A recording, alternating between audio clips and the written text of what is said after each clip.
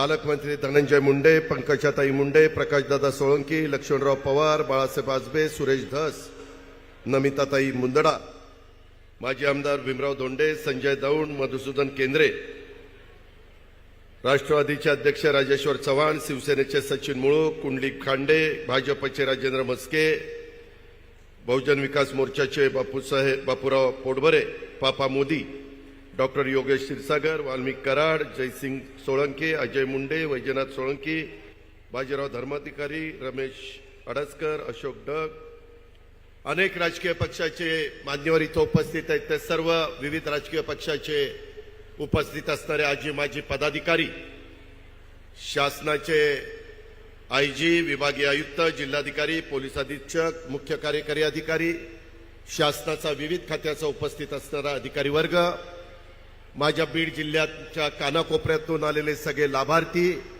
सगळे प्रतिष्ठित नागरिक, ग्रामस्थ, पत्रकार मित्र, बंधू भगिनींनो आणि माझ्या तरुण मित्रांनो जरा उशीर झाला। खरं तर हा कार्यक्रम बऱ्याच दिवसापूर्वी होणार होता, पण सतत काही ना काही महत्त्वाचे कामं निघायची आणि त्याच्यामुळे कार्यक्रम पुढे ढकलला जायचा।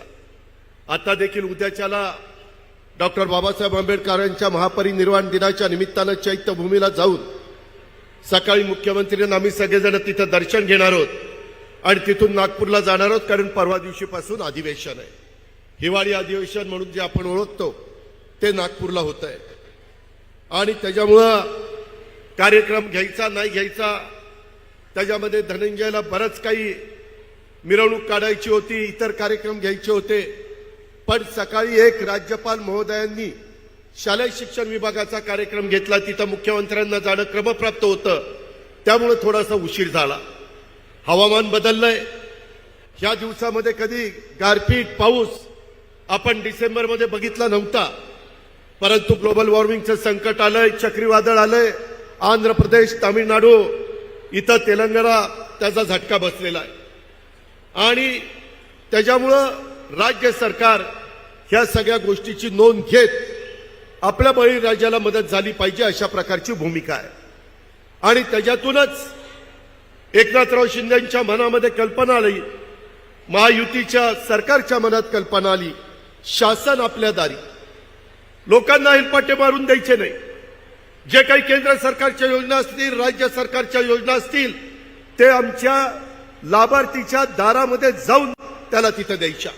आत्ताही आपण त्याचा प्रात्यक्षिक त्या ठिकाणी बघितला, अनेकांना आपण लाभार्थ्यांना लाभ देण्याचा प्रयत्न केला, करोडो लोकांना आपण आतापर्यंत लाभ दिलाय। अजूनही महाराष्ट्रातल्या इतर जिल्ह्यामध्ये त्या ठिकाणी जायचंय।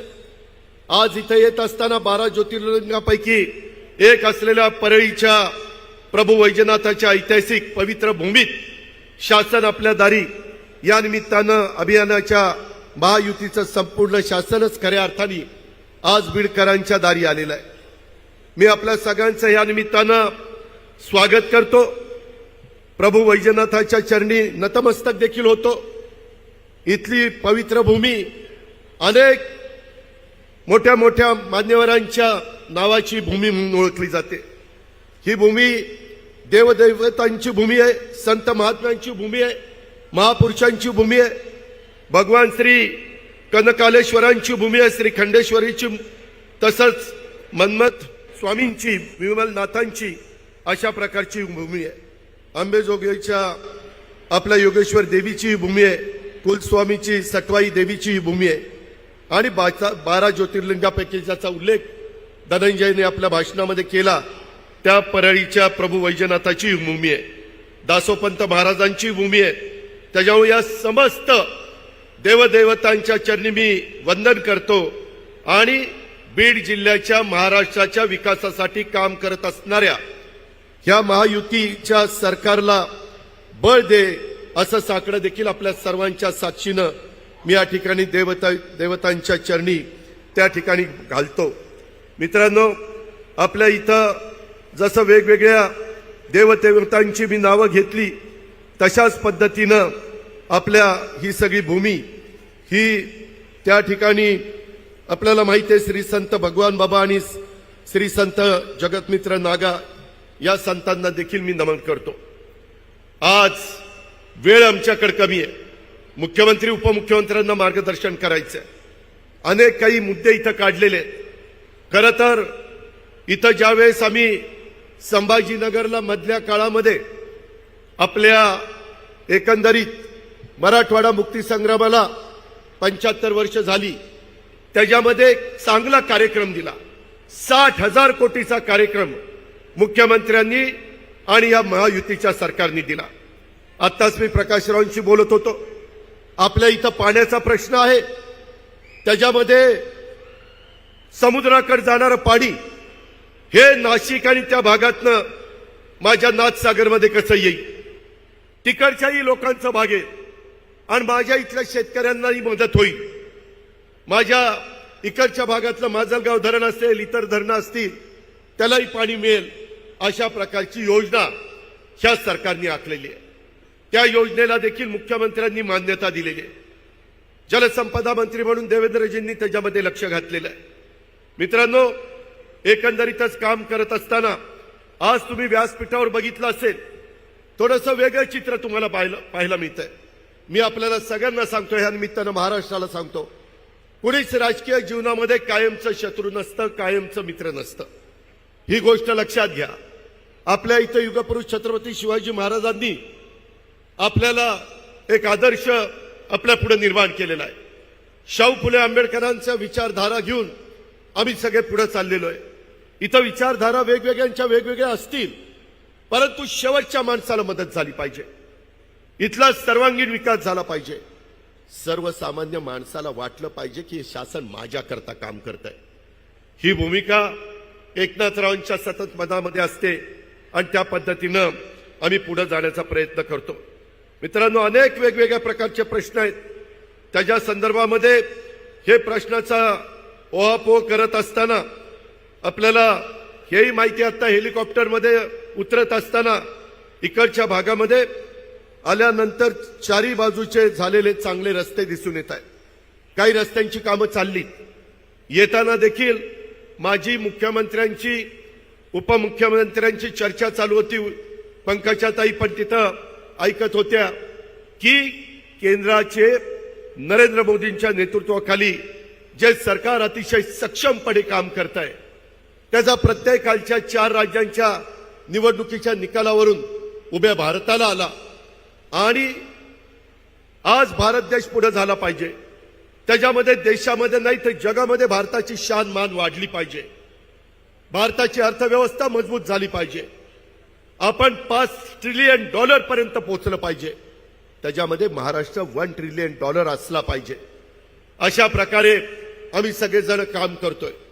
त्याच्यामध्ये विरोधाला विरोध करून काही चालणार नाही. आणि म्हणून राष्ट्रवादी काँग्रेस पक्षाने मधल्या काळामध्ये देशाचे नेते नरेंद्र मोदींच्या आपण भरभक्कम पाठिंबा दिला पाहिजे. अशा प्रकारचे नेतृत्व सारखं सारखं त्या ठिकाणी मिळत नाही आणि त्याच्यामुळं ह्या नेतृत्वाला आपण अधिक पाठबळ दिलं पाहिजे. ह्याच उद्देशाने आम्ही मधल्या काळामध्ये या सरकारमध्ये आलो. कधी कधी बातम्या येतात की यांच्यात मतभेद आहेत. विरोधकांच्याकडे आज कुठलाही मुद्दा राहिलेला नाही आणि त्याच्यामुळे काही पण बातम्या, काही पण कंड्या उठवण्याचं काम करतात. आम्ही सगळेजण अतिशय एकोप्याने सर्व जाती धर्माला कसं आपल्याला बरोबर घेऊन जाता येईल. आज महाराष्ट्रामध्ये त्या आपल्याला माहिती आहे, जाती जातीमध्ये वेगवेगळ्या मागण्या आहेत. सकल मराठा समाजाची आहे, माझ्या धनगर समाजाची आहे, माझ्या आदिवासी समाजाची आहे, माझ्या ओबीसी समाजाची आहे. जरूर डॉक्टर बाबासाहेब आंबेडकरांनी संविधानाच्या माध्यमातून हा अधिकार प्रत्येकाला दिलेला आहे. तुम्ही तुमच्या मागण्या रास्त पद्धतीनं कायदा हातामध्ये न घेता मागू शकता. सरकार म्हणून स्वतः एकनाथरावांनी त्याच्याबद्दलचा शब्द, ज्या दिवशी दसरा होता, दसऱ्याच्या सभेमध्ये मुंबई ही आपली सगळ्याची राजधानी, देशाची आर्थिक राजधानी तिथं दिलेला आहे. त्याच्याबद्दल कमिटी नेमलेली आहे, त्याच्याबद्दल अभ्यास चाललेला आहे. त्याच्यात कुठंही आम्ही दुर्लक्ष करत नाहीये. ही गोष्ट माझ्या परळीच्या शासन आपल्या दारी कार्यक्रमाच्या निमित्तानं तुम्हाला तर मला सांगायचंच, परंतु महाराष्ट्राला जनतेला पण सांगायचंय. मित्रांनो, ह्याच्या संदर्भामध्ये ज्यांच्या तोंडामध्ये आरक्षणाचा घास घातलाय त्याला धक्का न लावता इतरांना पण आरक्षण देण्याची भूमिका महायुतीच्या सरकारची, एकनाथराव शिंदेची, देवेंद्रजींची, माझी आणि आमच्या सगळ्या सहकाऱ्यांची आहे. सगळ्या विरोधी पक्षाला पण आम्ही विश्वासात घेतलं. स्वतः मुख्यमंत्र्यांच्या अध्यक्षतेखाली सह्याद्रीला बैठक झाली, त्यांनी पण त्या सगळ्या गोष्टीला पाठिंबा दिला. पण आपल्याला आपल्या बाप दादांनी, वरिष्ठांनी जाती जातीमध्ये अंतर पाडायला, तेढ निर्माण करायला, जाती जातीमध्ये त्या ठिकाणी कुठंतरी एकमेकाच्या मनामध्ये वेगळ्या प्रकारची भावना निर्माण करायला सांगितलेलं नाहीये. शिवाजी महाराजांनी पण 18 पगड जातीला घेऊन हिंदवी स्वराज्याची स्थापना केलेला इतिहास आपल्या सगळ्यांच्या समोर आहे. आणि महायुतीचं सरकार देखील या राज्यातल्या चांद्यापासून बांद्यापर्यंत 18 पगड जातीला बरोबर घेऊन पुढे चाललेलं आहे. आणि हे पुढे जात असताना देशातल्या वेगवेगळ्या राज्यांचे जे निकाल लागलेले आहेत त्यामध्ये त्यांनी देखील स्वतः पंतप्रधान नरेंद्र मोदी साहेबांना अतिशय मोठ्या प्रमाणावर पाठबळ त्या बाबतीमध्ये दिलेलं आहे. आज हे सगळं काम करत असताना मला आवर्जून तुम्हाला सगळ्यांना सांगायचं आहे, योजना तर इतक्या आहेत, त्या सगळ्या योजनांचा फायदा तुम्ही घेण्याचा प्रयत्न करा. त्यामध्ये कुणालाही आम्ही दुर्लक्षित त्या ठिकाणी ठेवू इच्छित नाही. मला आपल्याला सगळ्यांना सांगायचं की इतक्या वेगवेगळ्या प्रकारच्या योजना आपण दिलेल्या आहेत. त्याच्यामध्ये तुमचे पालकमंत्री धनंजय मुंडे यांच्याकडे एकनाथरावांनी कृषी खात्याची जबाबदारी दिलेली आहे. एक चांगल्या पद्धतीनं गेल्या 4 महिन्यामध्ये 150 दिवसात 75 निर्णय कृषी विभागाने एकनाथराव शिंदेच्या नेतृत्वाखाली धनंजयच्या मदतीने घेतलेले.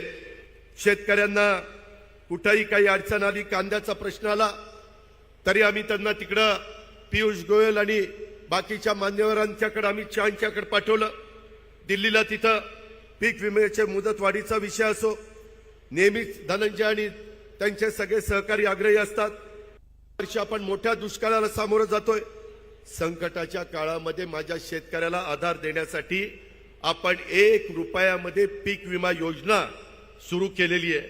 मित्रांनो, पंतप्रधान पीक विमा योजनेमध्ये आपल्याला माहिती आहे नुकसान भरपाईसाठी 48,34,745 अर्ज मंजूर झालेले, 2,105 कोटी 14 लाख रुपयाची रक्कम मंजूर झालेली आहे. 26,57,049 अर्जांना म्हणजे शेतकऱ्यांना 1,273 कोटी 65 लाख रुपयाचं वाटप झालेलं आहे. 21,77,696 अर्जांचं 831 कोटी 14 लाख रुपयाचं वाटप करण्याची प्रक्रिया सुरू आहे. धनंजयची धडपड चाललेली आहे. आम्ही एकनाथराव, देवेंद्र, आम्ही सगळेजण त्याला साथ देण्याचा प्रयत्न करतोय. तुम्हाला सगळ्यांना माहिती आहे की सगळी कामं करत असताना धनंजय माझ्याही जवळचा आहे, परंतु तो देवेंद्र फडणवीसांच्याही जवळचा आहे. आणि एकनाथराव पण त्या बाबतीमध्ये चांगल्या कामाला त्याला भरभक्कम पाठिंबा देत असतात. आणि त्याच्यामुळं तुम्ही त्याबद्दल काही काळजी करू नका. सगळे इथले लोकप्रतिनिधी, भाजपचे आमदार असतील, राष्ट्रवादीचे आमदार असतील, सगळ्यांना विश्वासामध्ये घेऊन उद्याच्या पुरवणी मागण्यामध्ये देखील एक चांगल्या प्रकारचा निधी राज्याच्या सर्वांगीण विकासाला देण्याचा आमचा सगळ्यांचा प्रयत्न आहे. तो तुम्हाला 7 तारखेला पुरवणी मागण्या सभागृह समोर ठेवल्यानंतर त्या ठिकाणी होईल.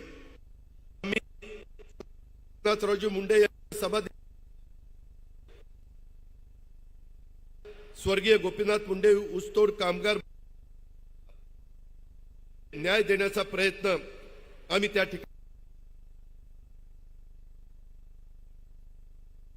एक लोकनेता त्यांची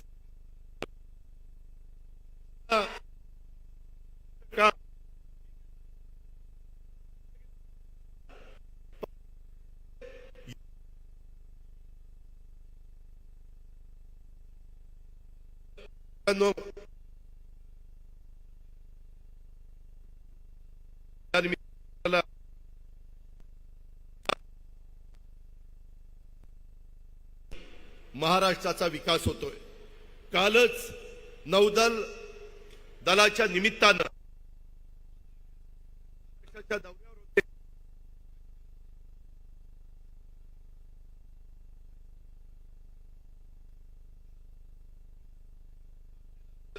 त्या एक महाराजांचा पूर्णाकृती पुतळ्याचं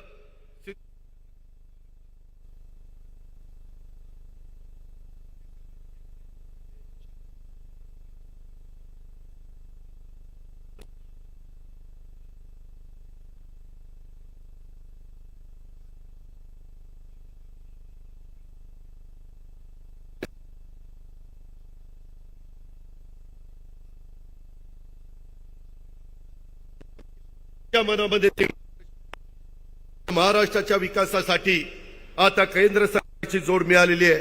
राज्याच्या विकासासाठी आवश्यक असणाऱ्या निधीची कोणतीच कमतरता आपल्याला भासणार नाही, परंतु आपण सगळ्यांनी एकोपा ठेवला पाहिजे।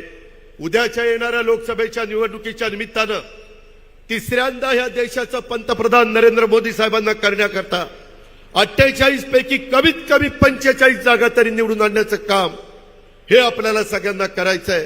त्याकरता तुमच्या आशीर्वादाची गरज, त्याकरता तुमच्या भरभक्कम पाठिंब्याची गरज ही आम्हाला हवी आहे। ही पण अपेक्षा मी आजच्या निमित्तानं आपल्या सर्व सहकाऱ्यांना करतो आणि ज्यांना ज्यांना लाभ मिळालेला आहे त्या लाभाचा फायदा माझ्या सहकाऱ्यांनी अतिशय चांगल्या पद्धतीनं करून घ्यावा, अशा प्रकारची अपेक्षा आज शासन आपल्या दारी आणि इतर विविध कार्यक्रमाच्या भूमिपूजनाच्या निमित्तानं इथं करतो। आज 286 कोटी रुपये आपण त्या ठिकाणी प्रभू वैद्यनाथाच्या सुधारित तीर्थक्षेत्र विकास आराखड्याला देतोय। माझी एवढीच विनंती आहे की जे हेरिटेज काम आहे दगडाला रंग मारू नका, जे दगडा ओरिजिनल असतो तशा पद्धतीने ते ठेवा। आत्ताच येताना आमची चर्चा झाली, पांडुरंगाचं विठ्ठलाचं पण तिथला जीर्णोद्धार करायचं आमच्या महायुतीच्या सरकारच्या मनामध्ये आहे। एकनाथराव म्हणले लवकरच आपण तेही काम सुरू करू। जिथं जिथं महत्वाची तीर्थस्थळं आहेत, मग ती कुठल्याही जाती धर्माची असो, तिथं भाविक जातात, तिथं सुविधा मिळाल्या पाहिजेत। अशा प्रकारचा संकल्प, अशा प्रकारचा निश्चय आम्ही सगळ्यांनी केलेला आहे। देश पातळीवर तशा प्रकारचं काम हे मोदी साहेबांनी उभं केलेलं आहे। तशा पद्धतीनं आपल्या राज्यामध्ये देखील आम्ही सगळेजण काम करू इच्छितोय। इतर देखील प्रश्न अतिशय तडफेडी सोडवण्याच्या करता आम्ही कुठं कमी पडणार नाही, हा शब्द आपल्याला सगळ्यांना देतो आणि या ठिकाणी थांबतो। जय हिंद, जय महाराष्ट्र।